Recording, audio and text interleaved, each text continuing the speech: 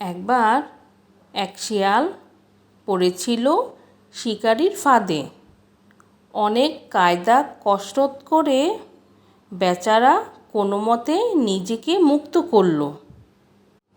কিন্তু পালাবার সময় তার লেজটা কাটা পড়ল। লেজ হারিয়ে শিয়াল খুবই লজ্জায় পড়ে গেল। জাত ভাইদের সামনে বেরোতে পারছিল না। আড়ালে আবডালে লুকিয়ে লুকিয়ে চলাফেরা করত। কিন্তু কদিন আর এভাবে থাকা যায়। শেষে অনেক ভেবেচিন্তে সে একটা মতলব বের করলো। ঠিক করলো কৌশল করে অন্য শিয়ালদেরও লেজ কাটাতে হবে। তাহলে বুক ফুলিয়ে সবার সঙ্গে চলাফেরা করতে কোনো লজ্জা থাকবে না। এরপর একদিন সে তার জাত ভাইয়ের সভায় গিয়ে বলল, ভাই সব, তোমরা সকলে এসো, একটা জরুরি বিষয় তোমাদের জানাতে এলাম। এ কথা তখনই সব শিয়াল সেখানেই জড়ো হলো। তারা বলতে লাগলো, তোমার চেহারা এমন পাল্টে গেল কী করে? লেজকাটা শিয়াল তখন বলল, সেই কথাই তো বলতে এলাম ভাই সব। অনেক ভেবেচিন্তে আমি আমার লেজটা কেটে বাদ দিয়েছি। আমার এখন চলতে ফিরতে অনেক সুবিধা হয়েছে। শরীর কত হালকা লাগে। দেখো আমি যে আনন্দ পাচ্ছি, আমার ইচ্ছে তোমরাও সেই আনন্দ সুবিধা ভোগ করো। খানিক থেমে সে আবার বলতে লাগলো, তোমরা ভেবে দেখো, লেজটা আমাদের শরীরে একটা বোঝা ছাড়া কিছুই না। শরীরের এ বাড়তি অংশটার জন্য আমাদের এত সুন্দর চেহারাও কত কুৎসিত দেখায়। এমন একটা বিশ্রী জিনিস আমরা বোকার মতো বয়ে বেড়াচ্ছি।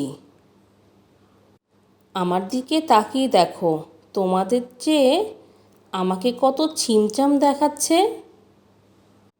খরগোশের পেছনে ধাওয়া করে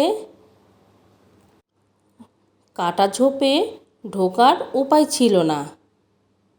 এখন তো কাটা লতা আমার লেজ আঁকড়ে ধরতে পারে না।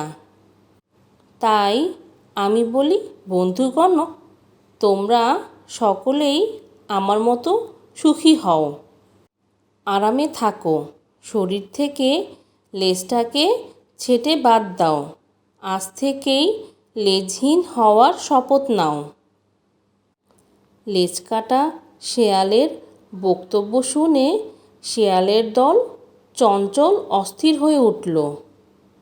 কি করবে বুঝতে না পেরে তারা নিজেদের মধ্যে আলোচনা করতে লাগলো। সেই সময় এক বুড়ো শেয়াল দাঁড়িয়ে উঠে বলল, শোনো ভাই সব, এ লেজ কাটা শেয়াল যেচে আমাদের উপদেশ দিচ্ছে যাতে আমরাও তার মতো লেজ কেটে বাদ দেই। তোমরা একটু চিন্তা করলেই বুঝতে পারবে কেন সে আমাদের এতদিনের সঙ্গী লেজটাকে বাদ দিতে বলছে। দেখো, এই শেয়াল নিশ্চয়ই কোনো খারাপ কাজ করতে গিয়ে নিজের লেজটা হারিয়েছে। লজ্জায় সে তাই আমাদের সঙ্গে মিশতে পারছে না। এখন তার কথা মতো আমরাও যদি লেজ কেটে বাদ দেই, তাহলে তাকে আর কেউ লেজ কাটা শেয়াল বলবে না।